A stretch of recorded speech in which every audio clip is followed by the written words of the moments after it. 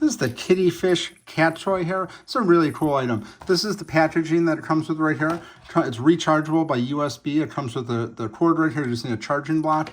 And you can see the port is right here. It comes with the really easy instructions. This is a really nice set right here.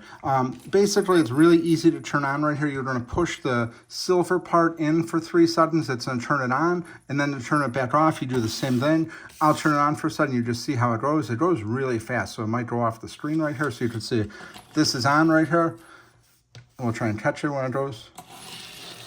So you can see here, this is going to be really cool for your cat. Just a really nice item. It's going to go pretty much on the floor. It starts and stops on demand right there. This is going to keep your cat busy for a long time. It's just a really nice item. And best of all, it's rechargeable by USB. And we'll turn it off right here. We'll just power it off. Just push it in to power it off.